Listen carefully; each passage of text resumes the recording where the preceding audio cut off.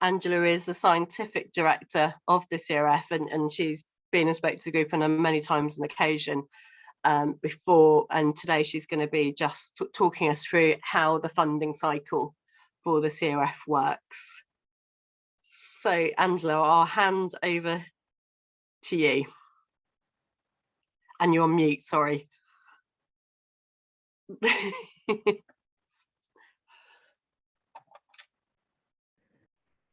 Okay, morning everybody, it's great to be here, lovely to see you.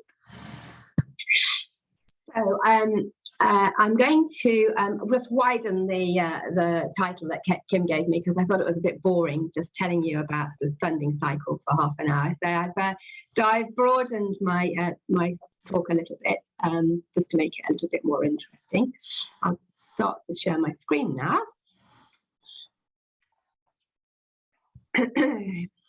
Can you see my screen?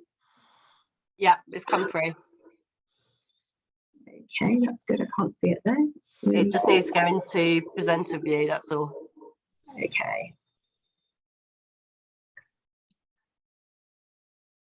Yeah.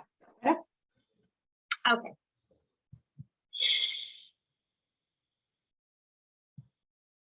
Let's get organized, sorry.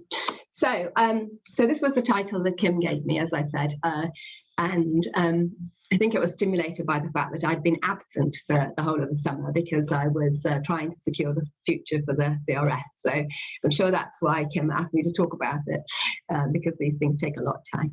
But so what I thought I'd do is I'd just start by thinking how we ever managed to have a clinical research facility in Exeter. And for that, I'm going to take you back right to the beginning. So the beginning is in 1987, and this is a picture, it looks dated, doesn't it, of the Exeter Postgraduate Medical School. So just to orientate you, here is Exeter School in the background, and this is what used to be called Loyscott House, which is where the Diabetes Centre is today. And this postgraduate medical school was the only place where education was being considered on the RD&E site, and the only place where any research was being undertaken, although there was next to no research in 1987. It was one of the very first postgraduate GP schools in the country, and very highly rated for that. But the research was one tiny room in which Professor Mattingly, who was the director at the time, was trying to create some assays. So that's where we were in 1987. So how did we get from that to this? This is the same position that you saw before. So here is the Diabetes Centre that I pointed out before. Exeter School is hidden behind this huge building, which is comprised of two parts. It's all called a RILD, the Research, Innovation, Learning and Development Building. I didn't title it. There was a big committee that titled it. Anyway, so it's made up of the undergraduate medical school teaching area, and then this newer area, which is where the research goes on, and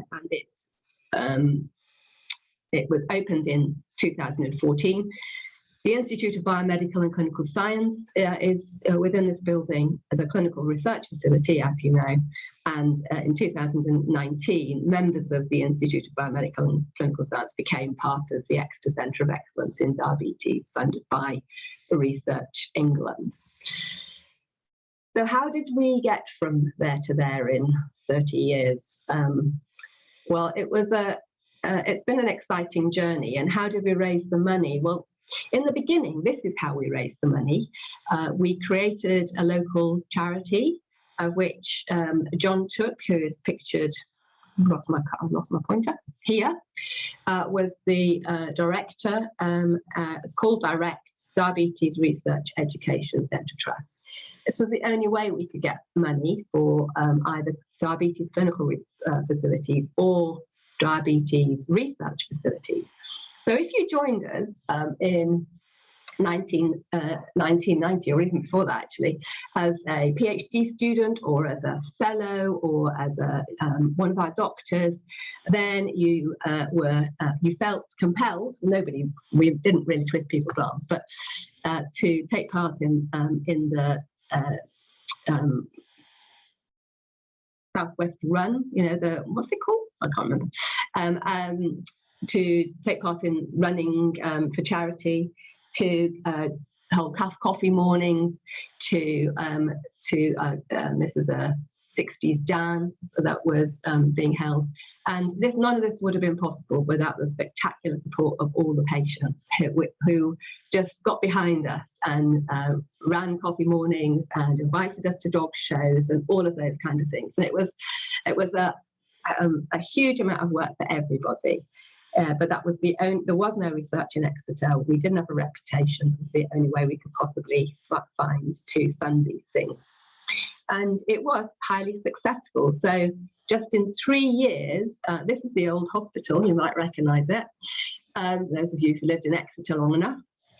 This little building here was renovated and opened as the Diabetes and Vascular Health Centre, where all the clinics were held in 1993, funded by the money that was raised completely by direct, so from all those coffee mornings and everything.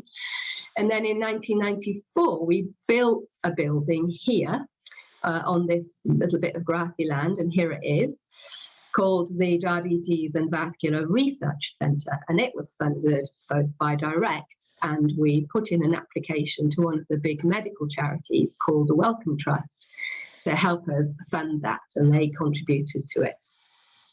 So just within the first 10 years, we had then gone from having no facilities at all to having a diabetes clinical centre linked by this little artwork to a diabetes research centre on this site, which was a fantastic achievement. And when we moved into this new research centre, it was huge. I mean, we had so much space. It was absolutely amazing. It's just great. In fact, that little research building is still operating today. Here it is, as you can see. And now we're absolutely rampacked. There's no well, not at the moment because of COVID, but in normal times, there's multiple people in the rooms. It's really, really full of people, but it's really managed to keep the diabetes vascular research going brilliantly, as well as bringing in other types of research in renal disease and hypertension and heart disease. And so it was the original little research building. So that's that little building here. How did we get from this to that? Well, the main stimulus was the government's request to increase medical student numbers. Just like today, when they're trying to increase them even more, in the late 1990s, there was identified as a future shortage of doctors, and the government requested that universities consider putting in a bid for a new medical school. We were one of only 3 that had already been given a postgraduate medical school, but we didn't have a undergraduate medical school. And so John led the bid for the new medical school, which was successful across the peninsula, so Exeter, Plymouth and Cornwall. And our new medical school was created in 2000 and called Peninsula Medical School. And by 2003, then undergraduate medical students would need to come onto the clinical site in Exeter and be taught. And so as part of that funding for the medical school, we had funding to build this building here, but only 2 floors of it. But that held the seminar rooms and the lecture theatres, and the ground floor and the first floor were where all of those things would happen. And to get to that stage, we had to convince government that we could do clinical research. So all that work that we'd done building the diabetes research in those earlier years had really put us in good stead, and we used that to demonstrate that you could do research in a district general hospital like Exeter and across the peninsula as well. So, but we still haven't got a clinical research facility. So how did we fundraise for a clinical research facility, other than our little one, the little brown building that I've shown you? Well, the National Institute for Health was established in 2016, and before that, they had something that was called the NHS R&D programme, and it understood the importance of clinical research and really wanted to make the NHS a place where excellent clinical research could happen.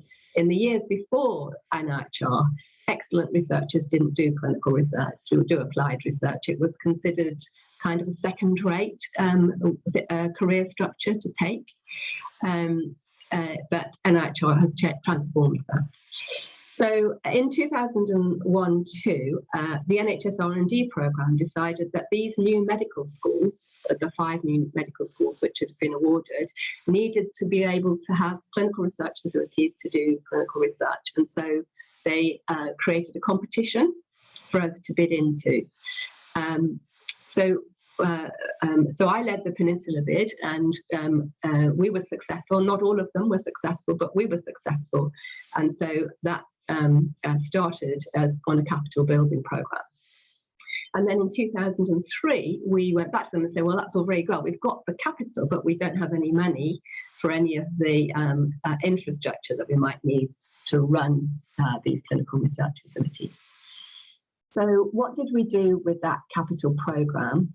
Well, the capital programme was for £5 million, and it provided a 4-bedded room and 2 examination rooms and a tiny little blood lab on the top floor of the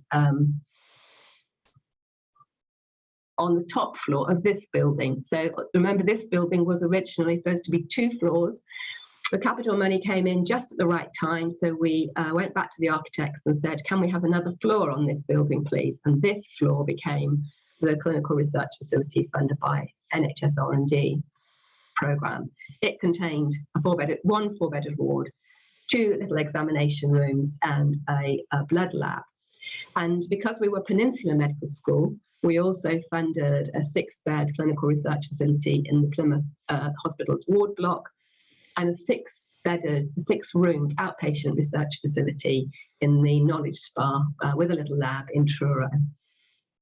And then capital equipment and infrastructure came along, and we were awarded. By this time, they decided that they weren't prepared to fund anywhere in the peninsula other than Exeter. So Plymouth and Truro were unsuccessful in this bid, and we were asked to bid only for Exeter.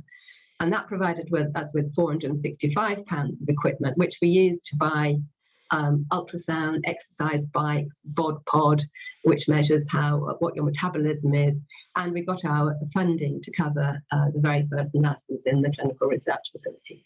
So this is great. We've got some rooms, some equipment, and some nurses. And we were feeling incredibly proud of ourselves because we never had anything like that was a generic facility, and it was recognised externally as, being peer reviewed, and that we were valid recipients of this funding. And we were thrilled when Sally Davis, who was the Chief Medical Officer and the lead of NIHR, came down to open the CRF in 2007. She was really impressed. She said, oh, it's a great CRF, but it's too small, and you'll be needing an expansion before too long, which was a bit of a shame, really, because we were so thrilled that we got it. But as it turned out, she was definitely right. So how are we going to make it bigger? Well, immediately after that, I started trying to think, okay, so how are we going to go for the next extension of all of the facilities on the Ardini side? I was the Vice Dean for Research for the medical school at that time. And Wellcome Wolfson. Wellcome is a huge charity, medical charity. Wolfson is a much smaller charity, but they had a series of biomedical capital award schemes to to build buildings for biomedicine and clinical research. And they were trying to make the UK more successful. So they had a scheme. The RD&E, this was the only education facility RD&E had, and they really were, really keen to expand what they could offer their doctors in training and their nurses in training and all of the other professions. And so they were okay to. They weren't just okay. They were keen to transform this outdated 1960s education facility into something which was more fit for purpose. The Peninsula Medical School at that time had a foundation, a charitable organisation, which the diabetes charity had been subsumed into. And so it was receiving philanthropic gifts for research, particularly in diabetes, but in other areas as well. So they decided that they would come in, and the University of Exeter was also keen to invest to expand the medical school.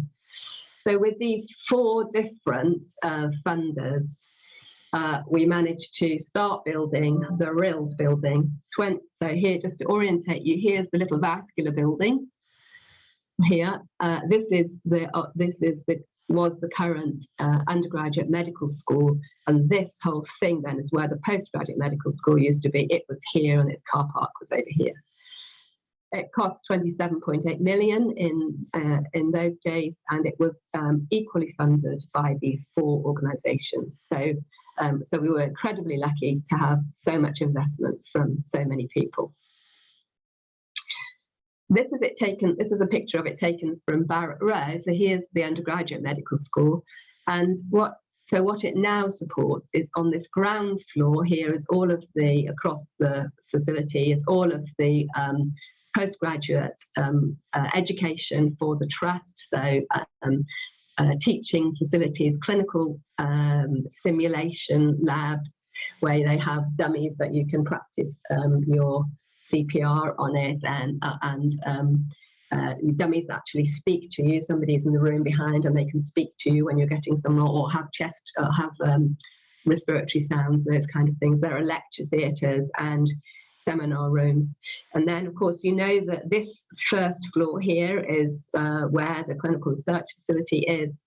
And then these 2 floors above are the laboratories, with all of the office for the laboratories over here, and the lecture theatre down here on this side, and the central atrium. And this floor at the top isn't really a floor, it's where all the plant is, and this over here is where all our technical equipment is, and our freezers for the laboratories. So it's we now have to bid in order to support this much expanded clinical research facility for NIHR clinical research facility infrastructure every 5 years. NIHR now funds 23 clinical research facilities around the country.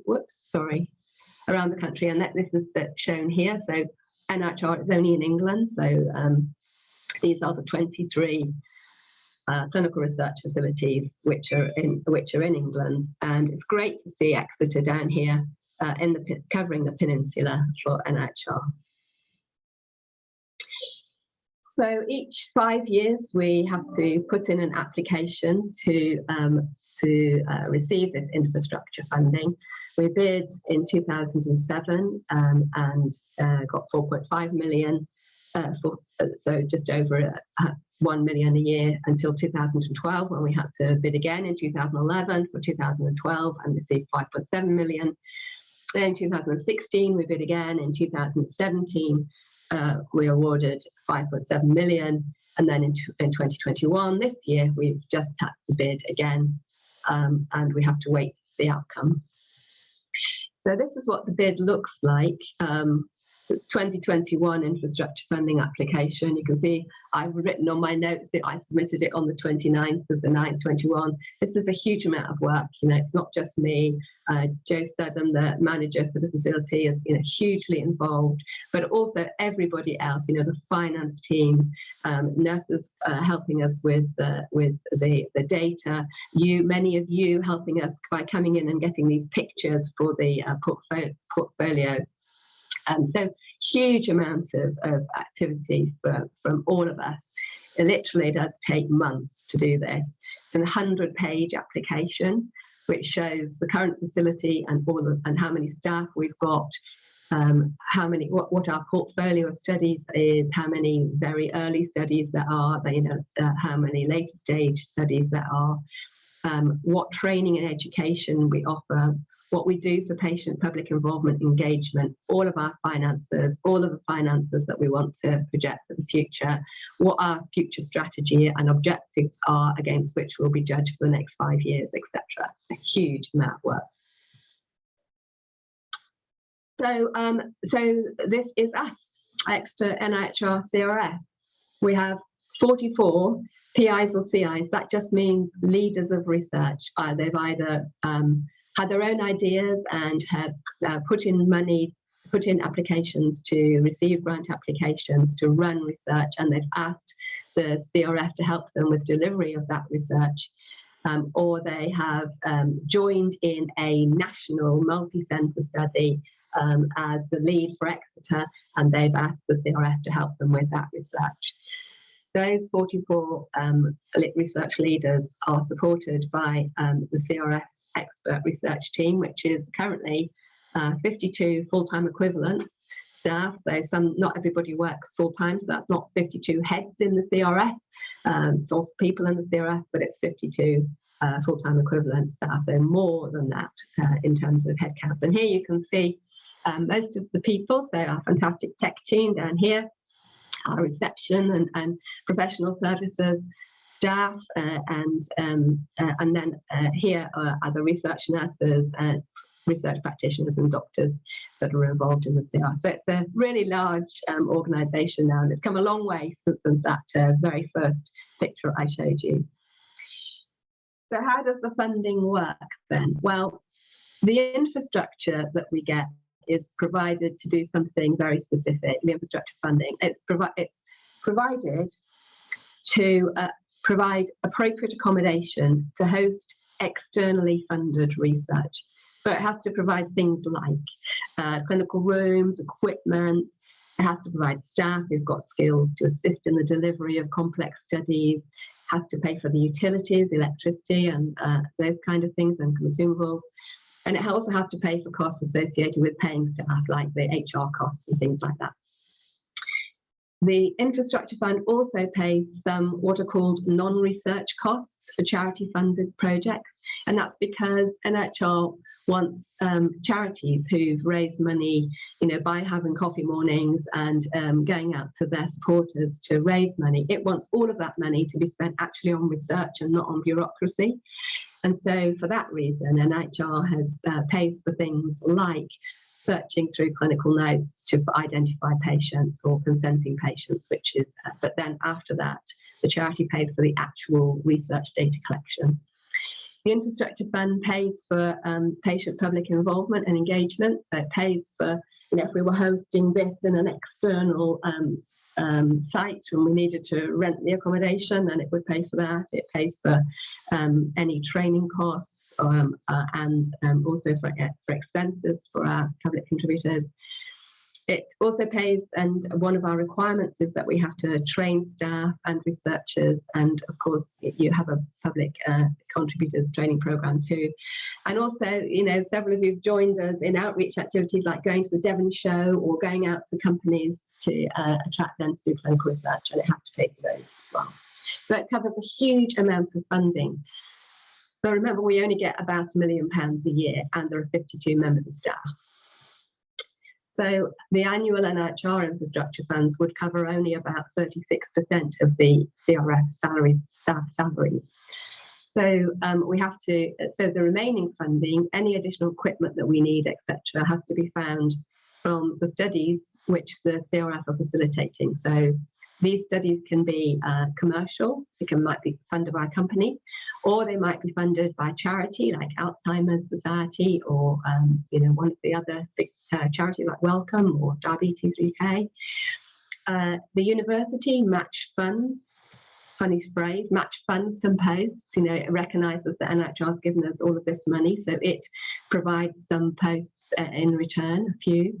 and also the NHS contributes to some funding as well. So currently we have to achieve around £1 million per year from all of those externally funded sources. I'm including the NHS and the university in those. So that's a huge amount of money that has to come in from externally funded research. But without the NIHR infrastructure funds, we wouldn't have all of these brilliant facilities and these brilliant staff who can help the researchers to do that. So we are a highly successful CRF with a large portfolio of studies, 154 at the moment. We are proud of our partnership with a large group of clinicians and academics who bring in substantial externally funded grants, which means we can appoint more staff and can facilitate their research. We believe that we've got innovative training, and thanks to you, our PPI activities are considered exemplary. We have staff who are passionate about and dedicated to research and really keen to develop their skills, and I'm really grateful to all of them. They're just a wonderful team. And importantly, we have research which has translated to change patient care, and that is considered by NIHR one of the crucial measures of success for a clinical research facility.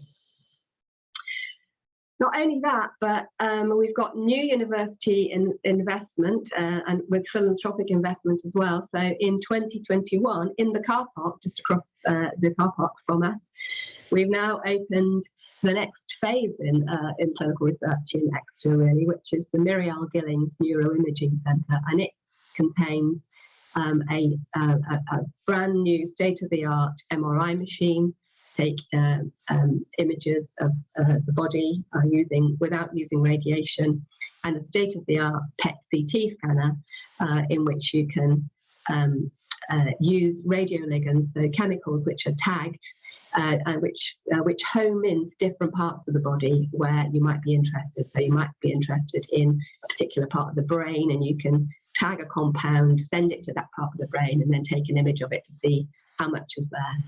So we're really thrilled with this opportunity to work with the Muriel Gillings to expand clinical research further. And so that's everything I wanted to say, and I'd be very happy to take any questions. And I think my timing is not too bad. Yeah, that's fine. No, good timing, excellent timing, Angela. I'll pop one in the chat, Kim. Brilliant. Okay. How much is huge for non-research costs? How much is huge for non-research costs? So non-research costs can actually be, that's a very good question, Charlie. Non-research costs can be actually quite big for a study if you consider that, but they vary hugely for different studies. So, for example, if you were trying to find patients who had very specific needs, I'll use one of my studies as an example. So we were doing a study called COVID Heart, which was looking for patients who had COVID and had been identified to have a specific thing wrong with their heart. And so in order to be able to identify patients to take part in that study, we had to screen hundreds and hundreds of records to identify patients who might fit into that criteria. And screening of a single record might take 20 minutes.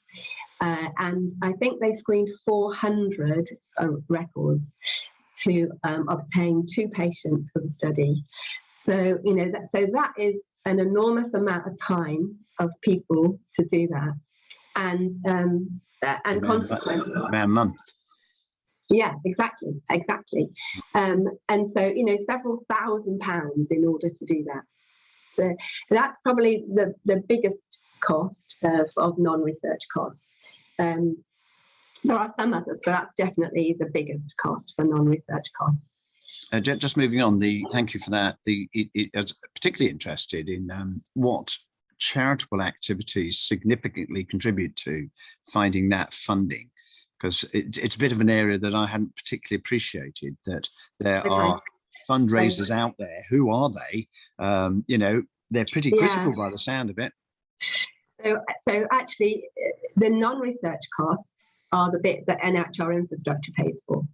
So so the charities that are, when they raise money, so you know, if Alzheimer's UK raised money to run a project, NIHR would pay for those costly bits of actually finding the patients, and then the charity would pay for the actual research study to be done with those patients. So there aren't charities out there who are just trying to fund non-research costs, and I think it would be incredibly expensive to do that. Yeah. So Annette, you had your hand up next. Yeah, thank you. Angela, thanks for a really interesting, completely jargon-free and very entertaining and interesting presentation. It's probably a bit of an awkward question, but you spent a long time getting this bid together, all 100 pages. I'm just wondering what the key, what you consider to be the key strengths in your bid, you know, like the key bullet points you were trying to put across in it. Give us some idea of what was in those 100 pages. Sorry, it's a bit of a tall order. I don't know if you understand what I mean. No, of course I do. I understand completely. And actually, it's quite similar to Alexis's question in the chat, isn't it, Alexis? What's the next bid strategy? So it's an interesting process because it's these bids are not like us saying what our research projects are going to be, because of course the research projects that come in are dictated by who else is getting externally funded money. So a lot of the bid is around us showing that we have the facility, where it is, you know, so we have to say where it is in relation to the hospital, where it is in relation to the university, where all our academics are, how big it is, what kind of rooms we've got, what skills we've got that we can use for these particular sorts of research, what skills our staff have, how many years they've been working in research, all of those kind of activities. A lot of the pages are that kind of activity. And then we have to say what we will do and how we will try to attract work into the CRF. So what's our policy and strategy for engaging with maybe clinicians who are joined the trust and don't know about it. You know, we're working really closely with some of the teams at the moment who are really keen to start early phase clinical trials but haven't done them in the past, and how we would go about that. So it's really about those. It's about those things, and it's about setting objectives that will really push us in the future to achieve our goals. So our strategy, our objectives are things like that we want to increase our research areas by another 3 disease areas, for example, or that we want to work with you as the public contributors to look at our policies and procedures against the UK standards of public involvement in research and see how we fit and how we could improve them or not. One of our objectives was around the training of clinical researchers for the future and how we were going to do that and how many and what kind of people we were going to do for that. And then you have to describe the managerial structure for the CRF and what you're going to put in place in order to make sure that due diligence is taken place. So it's not a really compelling kind of, you know, it's not like Andrew. When Andrew comes in, he'll talk about the mastermind study, and it'll be all about, you know, the study and what it is and how he's going to do it. And of course, mastermind is one of the externally funded studies which have been run through the CRF, whereas the CRF application is something slightly different. Alexis says interdisciplinary research teams are flavour of the decade. Absolutely. So do you envisage expansion from strictly clinical? Well, that's an interesting question, because our interdisciplinary research is clinical research. So, for example, I can give you an example of that. So I have several PhD students who work with the physics teams, and they're working on a new technique for diagnosis. and it's about, it's called Raman spectroscopy. It's about shining lasers at the body or the tissues and receiving the signal that comes back from them, the molecular signal, to try to work out whether those molecular signals are cancer signals or non-cancer signals, for example. And you can use that in the lab to look at cells, or you can use it in a patient to look at a tissue, or in theatre to look at whether you need to dissect out more. So I don't see interdisciplinary research as not clinical. I think interdisciplinary research has to be clinical as well. We need to translate these innovative techniques into the diagnosis and treatment of patients for the future. Austin. Yeah. Yes, thank you. I was really interested to see the history of the buildings. That looked intriguing. My first visit to the buildings, of course, was as part of the Exeter 10,000. And I'm just a bit curious to know how that fits into the funding arrangements, creating and keeping all those records, how that fits into the funding arrangements. Yeah, great question. And thank you, Austin. I should have mentioned Exeter 10,000. That was very remiss of me.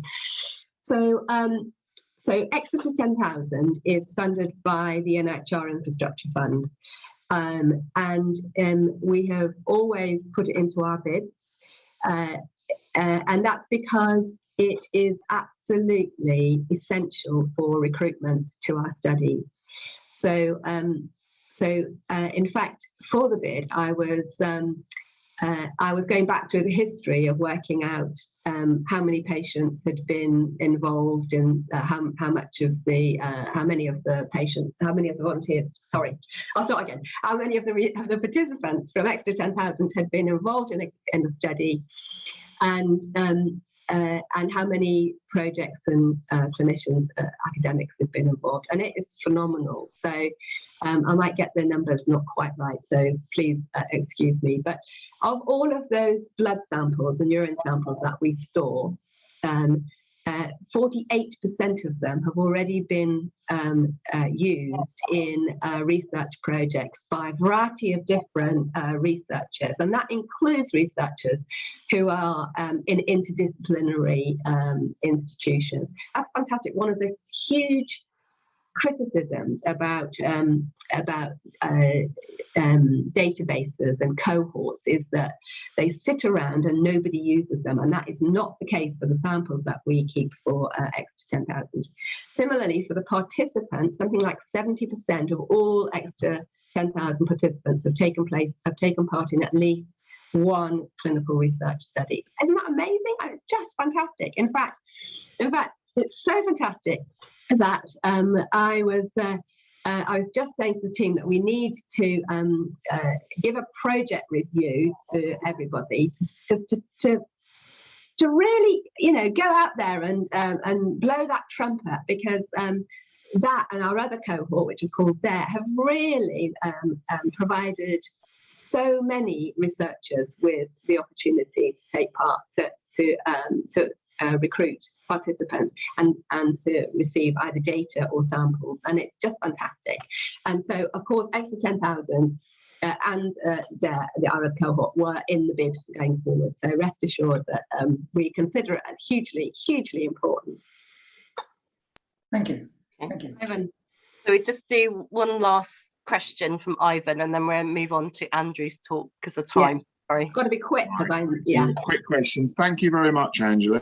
I was just interested to know how much research pounds or value does that CRF 5.7 million cover? What does it enable? That's a difficult question for me to answer, but I can tell you that that the return on investment for NIHR, so we get about 5 million over 5 years, and we provide them with a 4 times return in investment for externally funded research. So that doesn't quite answer your question, because I don't think that's the economic value of the CRF, because those people who come into Exeter to take part in research also often go into town. They drive in, they make a day of it, they go into town, they come and visit other people. So I think economically, for Exeter, there's probably a much bigger gain than the 4 times return than that we provide for NIHR. But that's the external return. Okay, thank you. Okay. Thanks very much. Thank you, everybody. I'm going to stay and listen to Andrew, but it's lovely to talk to you, and thanks so much for the questions. They were really great. So thank you very much for that, Angela. It's lovely to see the old photos from when I first started here, so that was brilliant. And it's a great delight to now move over to Professor Andrew Hattersley, who, as you all know,